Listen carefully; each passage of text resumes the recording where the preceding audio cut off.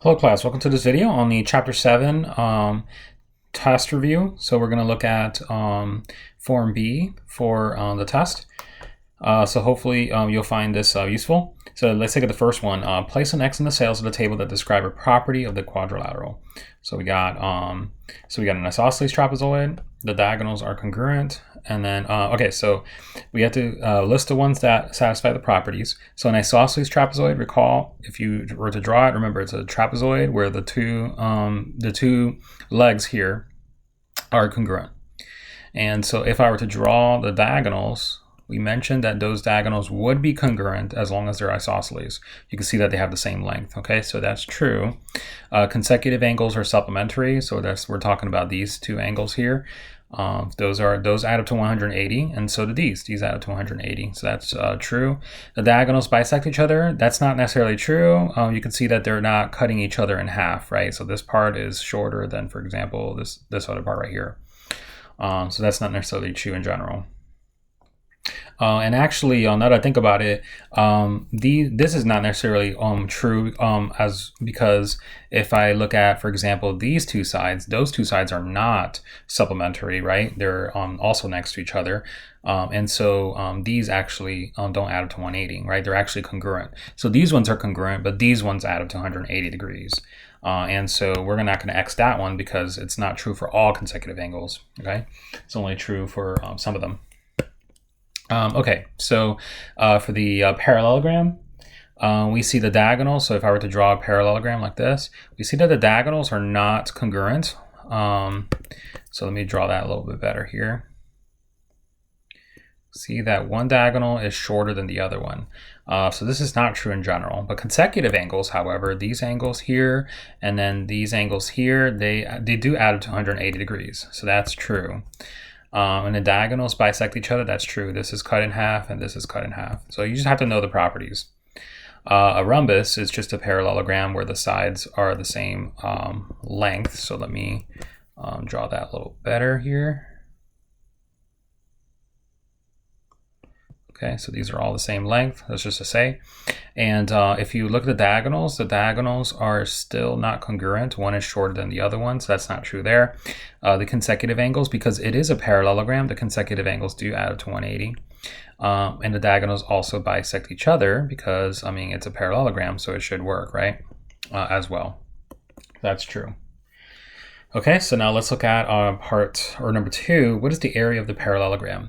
So the area of a parallelogram is base times height. Remember that the base and height have to be at a right angle to each other. So this is my height right here because it's at a right angle to the base, which is this. So the base is 30, right? There to there, and the height is from there to there, and it's at a right angle. So notice that we have a right triangle here. And so in order to solve that, we need to use Pythagorean theorem, which is a squared plus b squared equals c squared, right? Where this is going to be my, in this case, let's go ahead and draw it out. So a squared plus b squared equals c squared. And then we can solve for h, right? So we're going to subtract 7 squared on both sides. And then we got to make sure to take the square root. So we're going to take the square root of 25 squared minus 7 squared. All right, well, 25 squared, 25 times 25 is 625. And then 7 times 7 is 49. And let's go ahead and see what that is. 625 minus 49 is 576. Okay, now if you did the square root of 576, you would get 24. So this is actually 24 centimeters. And so now we can go ahead and plug that in here, right? So we got 24 centimeters times the height is 24. So let me make sure I plug that in the height. So we got 30 for the base and then 24 for the height. So we got 30 times 24. We got 720. Okay, we'll go ahead and delete this as well. All right, 720 square centimeters. All right, so let's look at the next one, number 3. In parallelogram EFGH, find the measure of angle H. Now, it's a parallelogram, so remember that consecutive angles are supplementary, so they add up to 180 degrees. So these add up to 180. So we can solve that. Okay, so 3x plus 15 plus 7x minus 5 is equal to 180. We also know that this angle is congruent to this angle. So once we find angle F, we basically found angle H. Opposite angles are congruent in a parallelogram, but consecutive angles add up to 180. So let's go ahead and solve this. We have 3x plus 7x is 10x. We got 15 minus 5 is 10. So we're going to subtract 10 on both sides, and we get 170. Then we're going to divide by 10 on both sides to get x is 17. Now we got to plug that into f, right, to see what it is, because f, but remember that f is equal to h. So once we find f, then we know what h is. So we're going to plug it in there. So 3 times 17 plus 15. So we got 17 times 3, that should be 51, and then 51 plus 15 is 66 degrees. All right, and then we'll do number 4. So we got another parallelogram. So remember that opposite sides are congruent, right, in a parallelogram. So we set those opposite sides equal. So we got 3y plus 2 equals y plus 18. And then we're going to subtract y on both sides and then subtract 2 on both sides. That cancels that. So we get 2y equals 16 divided by 2 on both sides to get 8. And then we got to plug it into there to get hg, right? So hg is y plus 18, which is 26. All right, that's number 4. Looking at number 5, xv is the mid-segment of trapezoid RSUT. So RS is 30 and xv is 44. What is TU? So we'll call that x. Remember, the trapezoid mid-segment theorem states that if I have a mid-segment, that's a line that cuts through the middle of the trapezoid that connects the midpoints. Well, the length of this, which we'll call C, is equal to the average of the length of the two bases. So to get C, this mid-segment, I had to add A and B, then divide them by 2. All right, so we're going to do the same thing here. This is example C, this is C, this is A, this is B, right? So if we do that, we get 30 plus x divided by 2 is going to be equal to 44, right? Because C is 44. And then we're going to solve for x, which is TU. We're going to multiply both sides by 2. That's the only way to get rid of that. And 2 times 44 is 88. So 30 plus what is 88? So we can just subtract 30 on both sides. And we get x equals, in this case, 58. All right, so then that's got to be 58. All right, number 6, select all the conditions that prove a quadrilateral is a rectangle. All right, so in order to prove a quadrilateral is a rectangle, well, first off, so let me draw a rectangle here. So first off, we need to show that it's a parallelogram. In order to show that's a parallelogram, we could show that the opposite sides are congruent. So that shows that it's a parallelogram. So this is true. But we also have to show that diagonals here we can also show. And now remember that one pair of opposite sides is not necessarily longer than the other pair of opposite sides, right? Because, for example, a square is a rectangle and it has all the sides the same. So that's not necessarily going to prove that it's a rectangle. What's going to prove that it's a rectangle is the opposite sides are congruent. We also want to show that the diagonals are congruent. That actually directly shows it's a rectangle. So that's D. The diagonals are not perpendicular. Notice that this is an obtuse angle there. So it's not this or it's not B. The diagonals bisect each other. This is true for any parallelogram. And so it must be true for a rectangle as well. So we can choose that. All right, and that takes care of that. So anything that proves it as a parallelogram and congruence diagonals, things like that. Also, right angles and things like that won't hurt. Finding out that there's right angles in the shape, but they don't have that as an option. All right, so number 7, which reason justifies each statement in the proof below? Select the correct answer. Okay. All right, so it says, let's go back to the diagram here. All right, so given ABCD is a parallelogram, prove that AE is congruent to CE. So first off, ABCD is a parallelogram because that's given, right? That's a given. And then AB is parallel to CD. So we're going to say, okay, A B is parallel to CD. Why is that true? Well, because it's a parallelogram, and opposite sides of a parallelogram are parallel, right? So by definition, right, if you got a parallelogram, then the opposite sides have to be parallel. All right, now AC is a transversal. Okay, so it's a transversal. That's the sandwich model, the bread, and then toothpick. That's just by definition because it crosses those two lines. And then, okay, so now let's look at angle BAE. So that's this angle right here, is congruent to ECD. So ECD, so that's this one right here. What kind of angles are those? Well, by the sandwich model, they're alternate interior angles. They're on opposite sides of the toothpick, and they're inside the sandwich. So alternate interior angles theorem. Okay, all right, let me go back. And then let's look at 8. Now we got vertical angles for number 5, vertical angles. So what are the vertical angles here? Well, we got a couple of vertical angles. So let's see. Let's look at the choices. AEB and CED. Is that true? AEB and CED. Are those vertical angles? Yeah.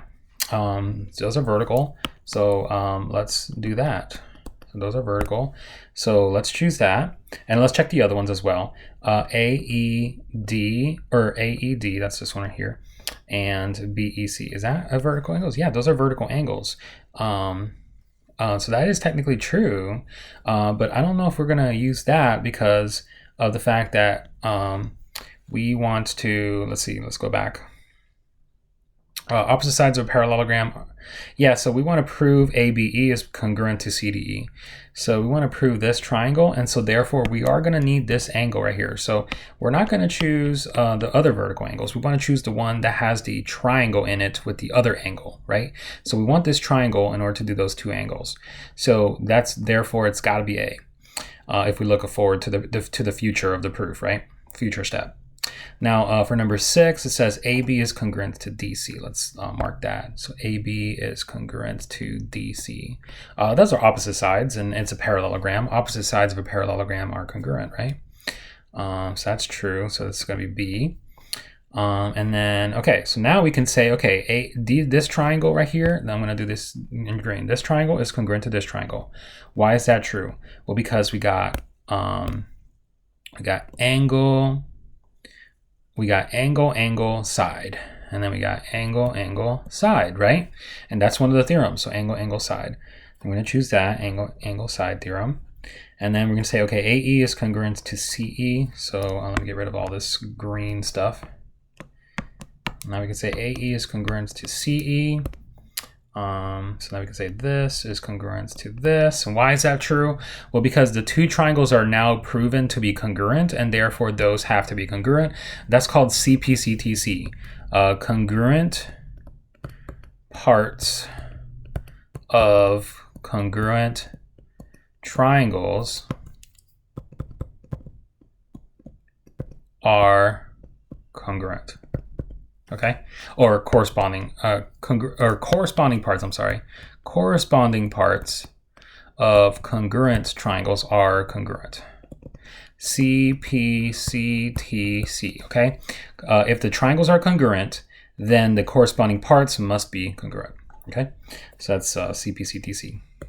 All right, and that's the end of the proof.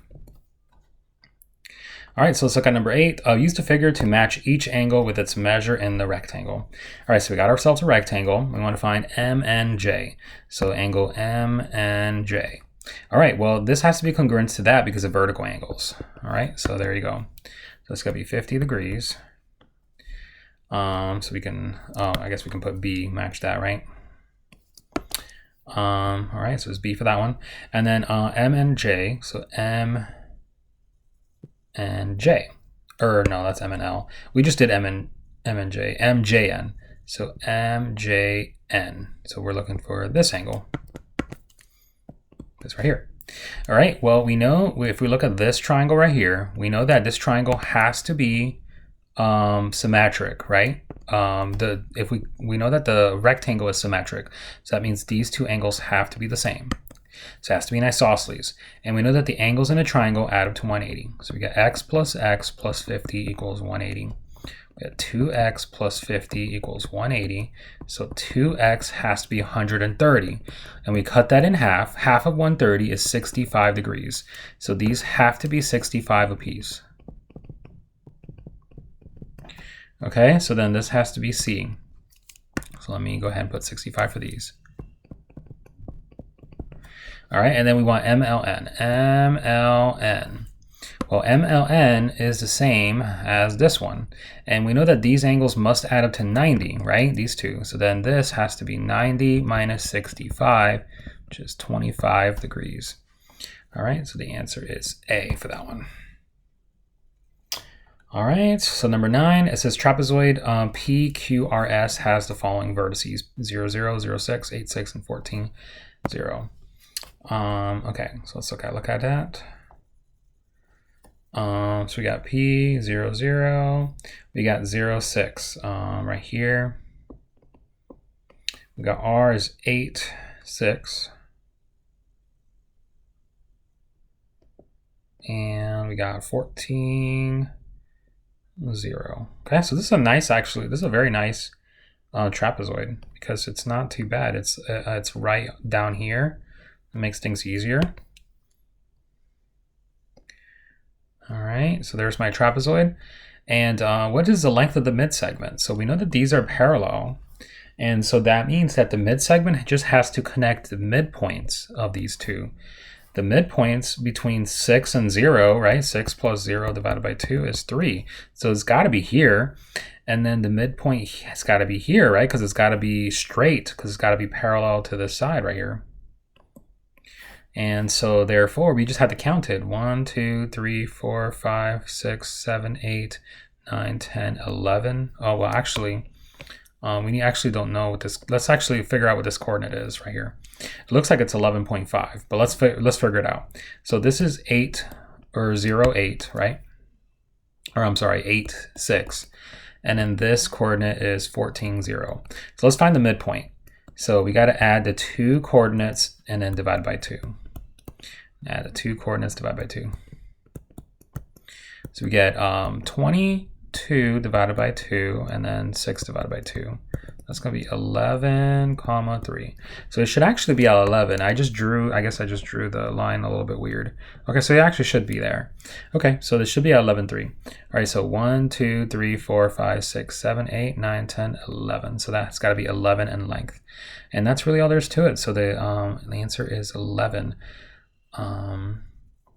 So 11 units. Okay, a field is shaped like a trapezoid with the dimensions shown. What is the area of the field? Okay, so we're doing the area of a trapezoid, which is 1/2 height times a times base 1 plus base 2. Base 1 plus base 2. All right, so this is going to be base 1 because it's parallel to this, and this is base 2. All right, and then the height has got to be at a right angle, which it is. Okay, so it's 150. So you can ignore this 200. You're not going to use that. So 1/2 times the height is 150. The base 150 plus the other base 300. All right, we just got to do the math there. So half of 150 times 150 plus 300. Right, 33,750 square yards. All right, so now let's look at the last one here. So number 11, one pair of base angles of an isosceles trapezoid each have a measure of 3 times x minus 8. The other pair of base angles have a measure of 2x plus 4. So we got an isosceles trapezoid, and they say one pair of base angles is this, and the other pair is that. All right.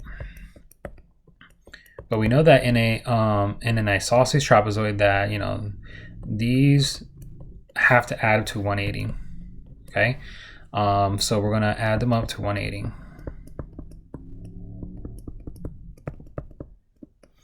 So distribute the 3. So we got 3x minus 24. We got 2x plus 4 equals 180. Combine the like terms. Combine the like terms here. We got 5x minus 20 equals 180. Move the 20 over. to get 200, and then divide by 5. So x is equal to 40. All right, and that's it. They want the value of x. So there you go. That's your answer. All right, that's going to do it for the video, guys. Hope you found this useful and informative. As usual, I'll see you in the next one.